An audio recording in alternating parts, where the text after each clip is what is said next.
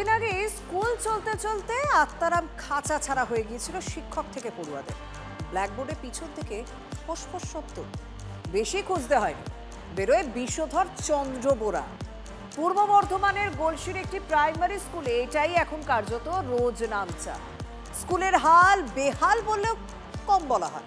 চারিদিক জঙ্গল এবং আগাছায় ভরে গিয়েছে, ফল ভুগতে হচ্ছে হাতে নাতে। বেরিয়েছিল। কোথায় বেরিয়েছিল? আলমারির পেছনটায়। সাপটা ওইদিকে এসে বনঝড় আছে, ওই দিক থেকে হয়ে ঢুকে ক্লাসে ছিল। কত অনায়াসে বলতে হচ্ছে এত বড় বিপদের কথা। এই খুদের কাছে অবশ্য এসব রোজ নামচা। ভয় করে ঠিকই, কিন্তু এভাবেই স্কুল করতে হয়, যেখানে সাপও সহপাঠী। পূর্ব বর্ধমানে গলসি ২ নম্বর ব্লকের খেতুরা আদিবাসী প্রাথমিক বিদ্যালয়ের হাল এমনই। সাপ রয়েছে, দাঁড়াস টাইপের সাপ এই স্কুলে আগেও বেরিয়েছে, কিন্তু বিষধর সাপ আমরা এই প্রথম দেখছি। খুবই ভয়ের বিষয়। ছোট ছোট বাচ্চাদের নিয়ে আমাদের কাজ, আর আমরা নিজেরা শিক্ষকেরাও তো আমরা মানুষ, আমাদেরকেও ভয়ের মধ্যেই ক্লাসটা করিয়ে যেতে হবে। ৯ করে ৬৬ জন পড়ুয়া রয়েছে এই স্কুলে, বেশিরভাগই আদিবাসী পরিবার থেকে আসা। জীবন যুদ্ধ যারা রোজ কাছ থেকে দেখে, এবং স্কুলেও একই দশা।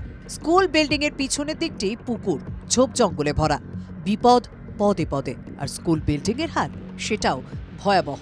এবার সরকারের উপরে নির্ভর, বিল্ডিং ভেঙে যদি নতুন করে বিল্ডিং করে দেয় তাহলে ছাত্ররা ভালোভাবে পড়তে পারে।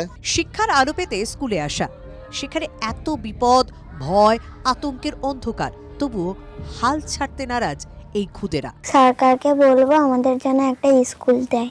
ও ভয় লাগছে তো, সরকারকে আমার এটাই বলা যে আমাদের যেন স্কুল দেয়, একটা ভালো ঘর দেয়। ছোট মুখে খুব বড় চাহিদা কি এটা?